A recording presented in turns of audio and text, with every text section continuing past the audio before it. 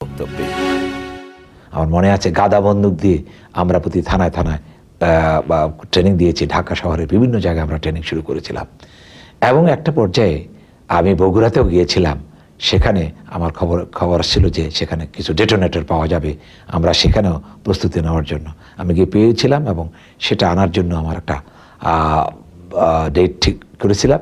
কিন্তু তার আগেই ওই 25শে মার্চ এসে গেল, যে জন্য আমরা আর সেখানে যেতে পারিনি।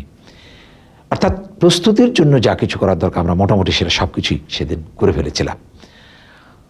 এক পর্যায়ে যখন প্রশ্ন উঠেছিল যে কি করা যায়, তখন আমরা বঙ্গবন্ধুকে বলেছিলাম যে আমরা প্রস্তুত আছি, আমরা ওদের মোকাবেলা করতে পারবো, তার জন্য বাঙালি জাতি প্রস্তুত, আমরা প্রস্তুত। এবং যেদিনই আপনি আনুষ্ঠানিক ঘোষণা দিবেন তার সঙ্গে সঙ্গে আমরা ঠিক করেছি যে প্রত্যেকটা থানা ঘেরাও করে সমস্ত অস্ত্র আমরা নিয়ে নেব। এত ব্যাপক প্রস্তুতির পরও শেখ মুজিব কারো কথাতেই কর্ণপাত না করে সমঝোতার ধারাতেই অটল থাকেন।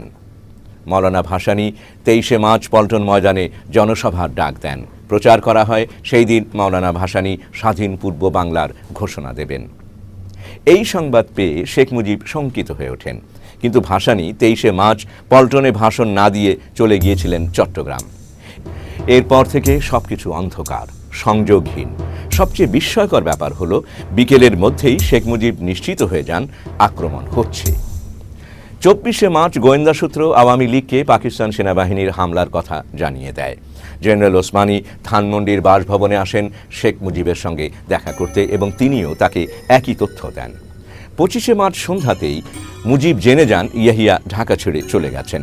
সন্ধ্যা 7টায় ইয়াহিয়া পৌঁছন তেজগাঁও বিমানবন্দরে। সেখান থেকেই তাকে জানানো হয় সেই সংবাদ। এ কে খন্দকার ইয়াহিয়াকে যেতে দেখেন এবং টেলিফোনে আওয়ামী লীগ নেতাদের সে কথা জানান। ঠিক সন্ধ্যের সময় জেনারেল ইয়াহিয়া যখন সবার অগোচরে ঢাকা থেকে রওনা হয়ে গেলেন, সেই যাওয়ার সময় আমি বিমানবন্দরে উপস্থিত ছিলাম এবং এই সংবাদটি আমি টেলিফোন যোগে তখনকার আওয়ামী লীগের কতগুলো টেলিফোন নাম্বার ছিল সেই সব জায়গায় জানিয়ে দিই এবং ক্যান্টনমেন্টেও যত বাঙালি অফিসার ছিল তাদের বাসায় বাসায় গিয়ে আমি এই সংবাদটি জানাই যে ইয়াহিয়া চলে গেল। এবং কিন্তু এর বিপরীতে শেখ মুজিবের কোনো প্রতিক্রিয়াই ছিল না কোনো প্রস্তুতি। তেমন কোনো প্রস্তুতির প্রমাণ এখনো পর্যন্ত পাওয়া যায়নি। 25শে মার্চ সন্ধ্যায় আওয়ামী লীগ অফিসে নেতৃবৃন্দের একটি বিশেষ মিটিং ছিল পরদিন হরতালের কর্মসূচি নিয়ে, কিন্তু সেখানে রাত 8টা-9টা পর্যন্ত কোনো নেতৃবৃন্দকেই দেখা যায়নি। সারা ঢাকা শহর সে সময় ছিল লোকশূন্য, শুনশান। আক্রমণের কথাটি শহরেও গুজব হিসেবে ছড়িয়ে পড়ে। শেষ মুহূর্তে শেখ মুজিব একটা সিদ্ধান্তে পৌঁছন। সে অনুযায়ী তিনি নির্বাচিত আওয়ামী লীগের এমপিদেরকে ঢাকা ছেড়ে আত্মগোপন করতে বলেন। 25শে মার্চের সন্ধে থেকেই শেখ মুজিব একটি টেলিফোন কলের অপেক্ষায় ছিলেন। হয়তো সেই ফোন কলটি তার ভাগ্য নির্ধারণের জন্য খুবই গুরুত্বপূর্ণ ব্যাপার হয়ে দেখা দেবার কথা ছিল। এ সম্পর্কে ডক্টর কামাল হোসেন বলেন, 25শে মার্চের সেই অশুভ রাতব্যাপী আমি একটা টেলিফোন কলের অপেক্ষায় ছিলাম। সেই টেলিফোন কল আর কখনো আসেনি। শেখ মুজিবও আমাকে জিজ্ঞেস করেন আমি ওই ধরনের কোনো টেলিফোন কল পেয়েছি কি না। আমি তাকে নিশ্চিত করলাম যে আমি পাইনি।